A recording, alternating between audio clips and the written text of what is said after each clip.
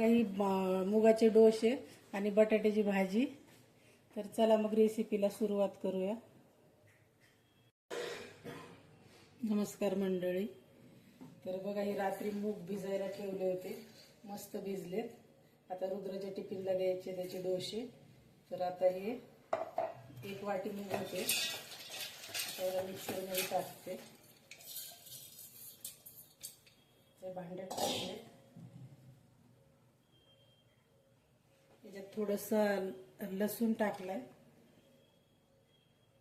2-3 हिरव्या मिरच्या टाकल्यात आणि थोडीशी अद्रक. तिखट तुमच्या चवीप्रमाणे टाकू शकता तुम्ही, कमी जास्त. थोडंसं जिरं टाकले आणि थोडं मीठ टाकले. कोथिंबीर याच्यात नाही टाकणार, कोथिंबीर वरून चिरून टाकणार आहे, तर वाटण्यात नाही घ्यायची कोथिंबीर.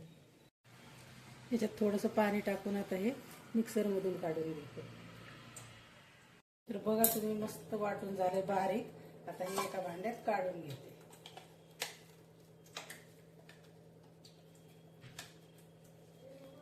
पौष्टिक असतात मूग, चांगले.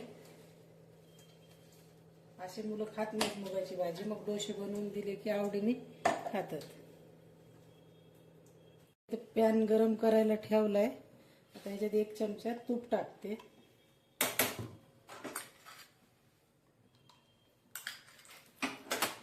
तूप टाकले 1 चमचा. तूप बघा आता गरम झाले. आता त्याच्यात थोडंसं जिरं टाकले, गॅस बंद केलाय, आणि थोडंसं हिंग टाकते. आणि हे हा तडका ह्या डाळीत टाकून घ्यायचा, पण ह्याला थोडंसं थंड होऊ देते. नाही झालं थंड, हे याच्यात टाकून घेतलंय. आता ह्याला बघा चांगलं फिटून घ्यायचं, कारण तूप याच्यात त्यासाठी टाकलं की आमचा रुद्र तूप वरून लावलं ना जास्त की खात नाही, मग या निमित्ताने त्याच्या पोटात पण जातं. आता इथे 1 बटाटा उकडून घेतलाय, त्याची बटाट्याची भाजी बनवते. त्याला थोडीशी कोथिंबीर पण याच्यात टाकायची. आता ही चिरलेली कोथिंबीर होती ती याच्यात टाकून घ्यायची, म्हणजे मग दिसायला पण छान दिसतं.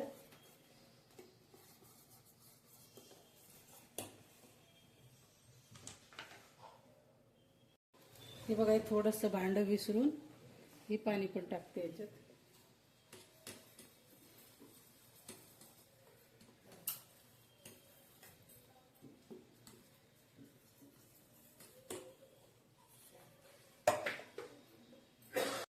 कढई ठेवली, याच्यात थोडंसं तेल टाकले, थोडंसं मोहरी टाकली, जिरं, थोडा कढीपत्ता आणि 2 हिरव्या मिरच्या टाकली. हळद पण थोडी याच्यातच टाकून घ्यायची. थोडंसं हिंग टाकले आणि हा उकडलेला 1 बटाटा.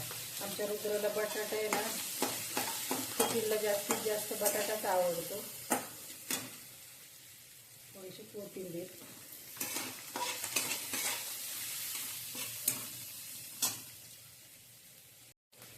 थोडंसं मीठ टाकले चवीप्रमाणे.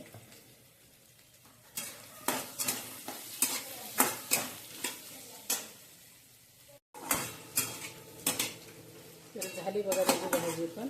आता डोसा करून घेते. तवा तापायला ठेवला, याच्यावर थोडंसं पिठाचा गोळा फिरवते. हा माझा तवा चपात्याचाच आहे, पण याच्यावर डोसे छान येतात. थोडंसं तेल लावून पुसून घ्यायचं. तवा मस्त तापलाय, आता याच्यावर आपण टाकून घेऊ.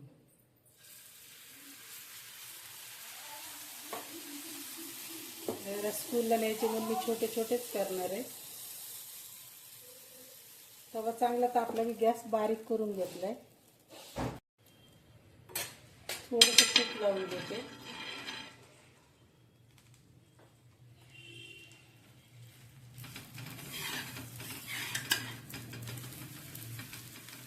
चिटकत नाही तव्याला, काही नाही. या मस्त होतं. खूप पातळ केलं तर पातळ पण होते, पण ते पातळ खात नाही. थोडं शाळेत द्यावं लागतं डब्याला, म्हणून मग असं थोडंसं जाड बनवते. आणि हे द्यायचंच पण मुलांना, कसं पौष्टिक असतं.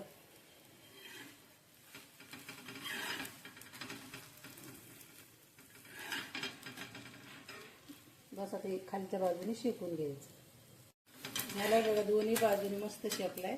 आता याला काढून घ्यायचं.